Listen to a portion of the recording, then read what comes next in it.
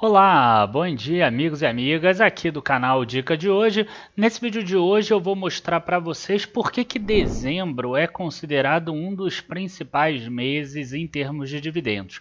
Vocês aí, pela experiência empírica, já devem ter percebido, né, que a Petrobras vai pagar um dividendo grande, apareceu a Braskem, a Bradespar também, e por que essas empresas acabam pagando dividendos grandes nesse mês de dezembro? E isso a gente vai ver nesse vídeo de hoje. Curtam o vídeo, se inscrevam no canal e depois da vinheta a gente já começa.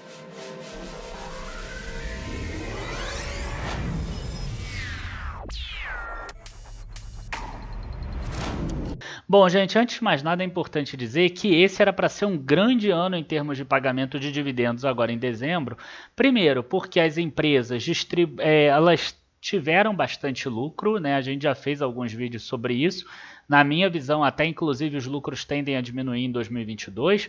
E o segundo motivo, que é o que não vai acontecer ainda bem, que é a reforma tributária, né? Se tivesse uma reforma tributária, além dos dividendos que a gente já vai ver que seriam os do curso normal, teriam muitos outros, né? Mas a gente vai aproveitar para falar aqui um pouquinho da parte técnica. Por que tem tanta empresa que acaba pagando dividendo agora no mês de dezembro? E o principal motivo disso é a legislação que existe de juros sobre capital próprio.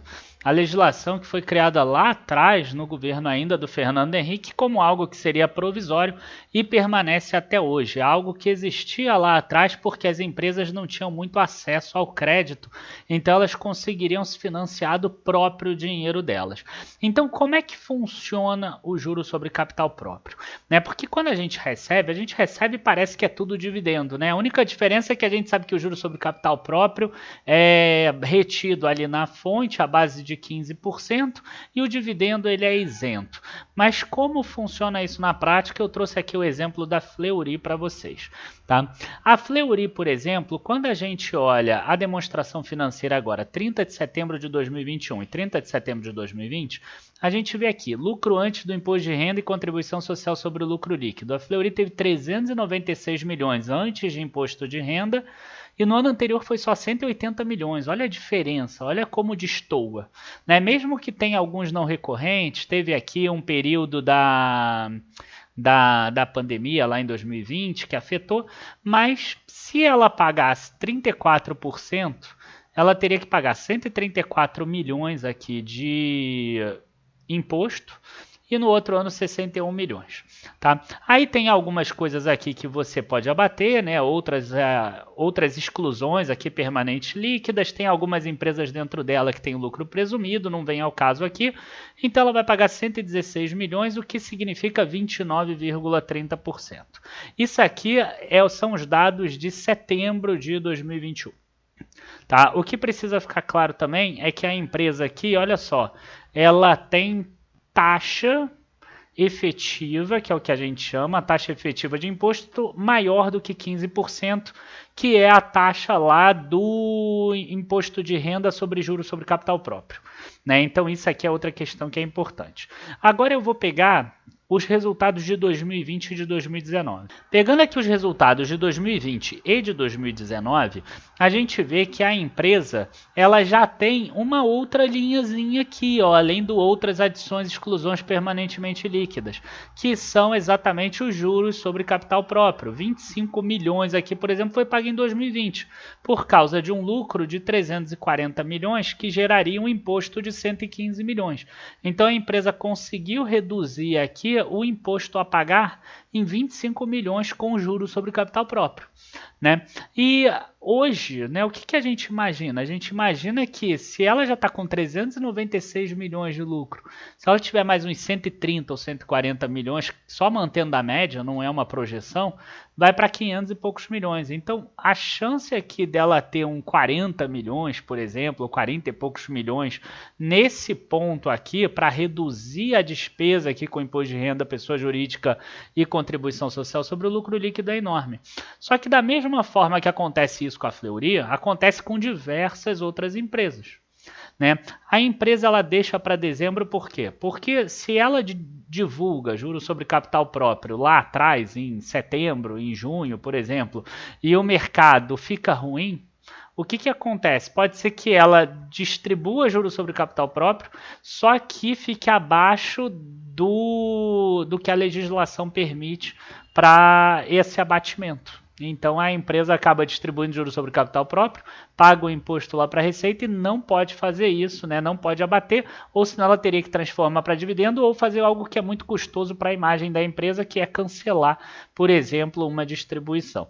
Então, as empresas acabam esperando até o final do ano. No final do ano eles já têm uma claridade maior, já fica bem claro se vai ter um lucro bom, se não vai ter, quanto vai ser mais ou menos, e aí divulga ali o juro sobre capital próprio. Então a gente vê muitas empresas distribuindo aí no final. E para ficar mais claro, a gente pode chegar aqui, por exemplo, no meusdividendos.com, e a gente tem aqui, né, uma tabela aqui, que olha quantas empresas vão pagar dividendos ou juros sobre capital próprio. Até agora, 161.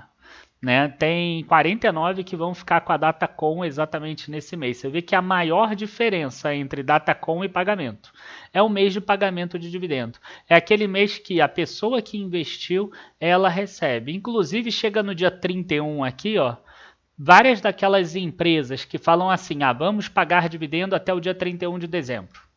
E se ela não falar nada, vira 31 de dezembro. Ela pode antecipar, em vez de 31 vou pagar dia 20, em vez disso vou pagar dia 15, e por aí vai. E a gente ainda vai ver muitas outras empresas aqui anunciando juros sobre capital próprio, às vezes para pagar em janeiro, em fevereiro, em março, mas a gente vai ver muitas empresas anunciando aqui, esse número vai crescer muito. O outro mês que tem muito anúncio de dividendos é o mês de abril, exatamente porque tem as assembleias gerais ordinárias, né? As empresas, elas terminam normalmente o ano fiscal delas no dia 31 de dezembro, elas têm 90 dias para apresentar a demonstração financeira e 120 dias para fazer a Assembleia Geral. Normalmente elas deixam lá para o final, então ali entre o dia 15 e o dia 30 de abril tem um monte de Assembleia Geral Ordinária, e nessas assembleias uma das determinações é decidir o que vai acontecer com os lucros das empresas.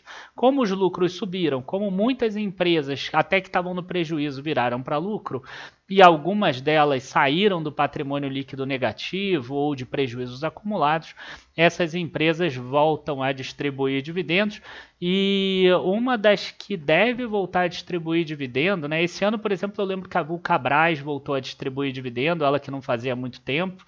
Né, uma outra aqui que me falha a memória também. Teve uma outra que vai voltar a distribuir dividendos, que é a Taurus. Inclusive, ela já reduziu o capital social para prejuízos acumulados.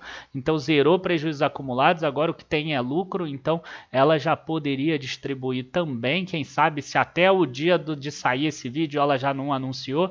Então, tem muita empresa que, por causa do lucro, vai acabar anunciando bons dividendos e principalmente os juros sobre capital próprio ainda nesse mês. Então, fique ligado, porque ano passado eu lembro que eu postava lá, a empresa tal ainda tem que pagar juros sobre capital próprio, aí aparecia no dia seguinte. Tá? Isso é estudo, isso não é bola de cristal. Abraço a todos, bons investimentos e até a próxima. Tchau, tchau, pessoal.